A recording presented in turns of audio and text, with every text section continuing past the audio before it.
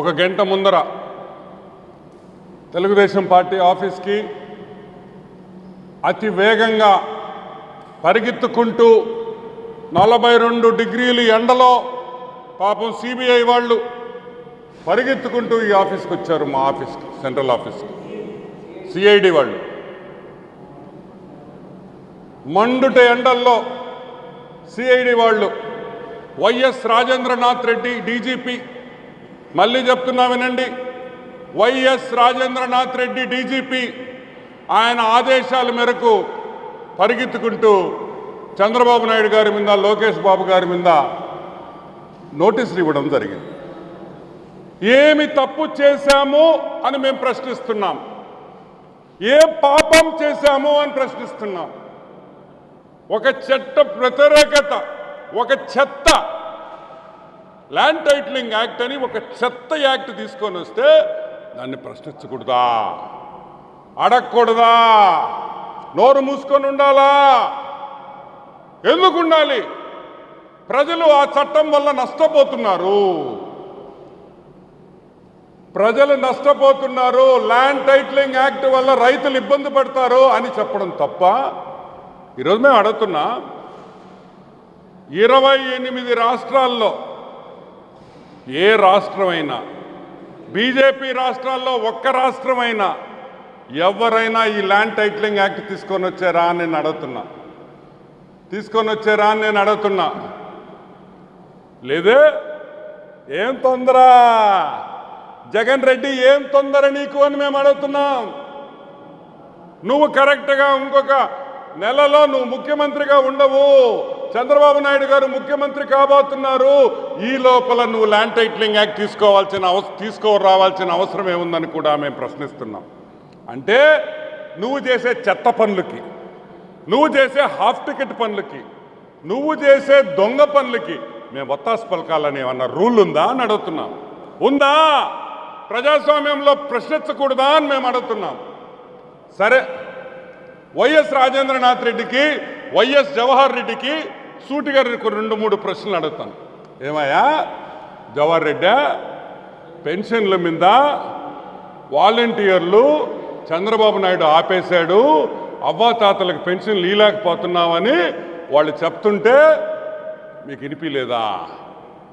అప్పుడు సిఐడి వాళ్ళు గుర్తు రాలేదా మీకు? సిఐడి వాళ్ళు గుర్తు రాలేదా అని అడుగుతున్నాం. అంటే మీరు దుష్ప్రచారం చేయొచ్చు మా మీద, మేము మీ మీద దుష్ప్రచారం చేయలే, వాస్తవాలు చెప్పాం, ఈ యాక్ట్లో ఉండే వాస్తవాలు చెప్పాం. అంటే సిఐడి నోటీస్ ఇవ్వాలంటే, కేసు ఫైల్ చేయాలంటే జగన్మోహన్ రెడ్డి అక్కడ ప్రచారం ఆపుకొని రాత్రికి వస్తాడు. రాత్రికి జగన్మోహన్ రెడ్డి హాఫ్ టికెట్ కిడకి వస్తాడు, వచ్చి పొద్దున్నే ప్రచారం ఆపుకుంటాడు. ఎవరైనా ఎలక్షన్ టైంలో ప్రచారాలు ఉండే 6 రోజుల్లో ఎలక్షన్ ప్రచారం ఆపుకుంటారంటాయా? లేదే, ఏ నాయకుడు లేదే, మా నాయకులు అందరు తిరుగుతున్నారే. నువ్వు చంద్రబాబు నాయుడు, లోకేష్ బాబుకి ఎఫ్ఐఆర్ కట్టించేదానికి, కేసు పెట్టించేదానికి, నోటీసులు ఇచ్చేదానికి నువ్వు ఎలక్షన్లో ఒకరోజు సెలవు ప్రకటించి ఈడకొస్తావా? ఏమి సైకోవరా నువ్వు? నాకు అర్థం కాదు.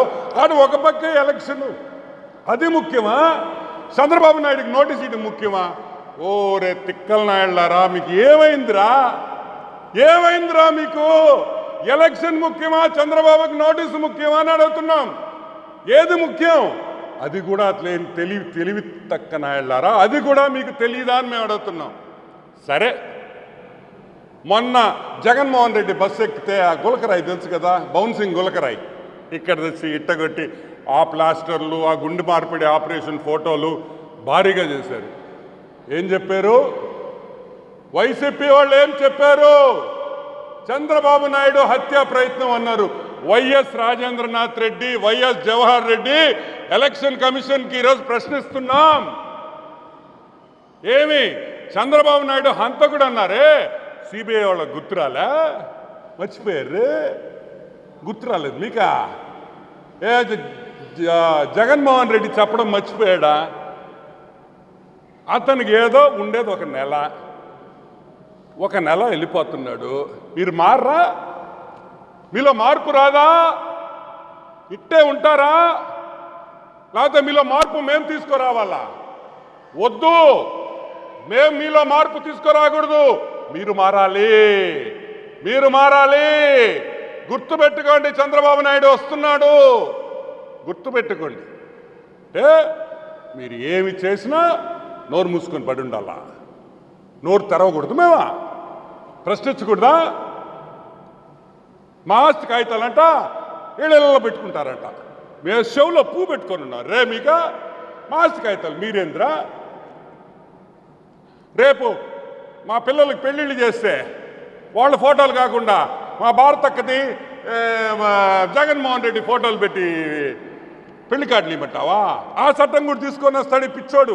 ఒకసారి ఆలోచించుకోండి అని మేము చెప్తున్నాం. అయినాకనే పేపర్లో ఫోటోలు తీసుకునే వాళ్ళు చూసా, టీవీలో కనిపించాలని పిచ్చోళ్ళని చూసా.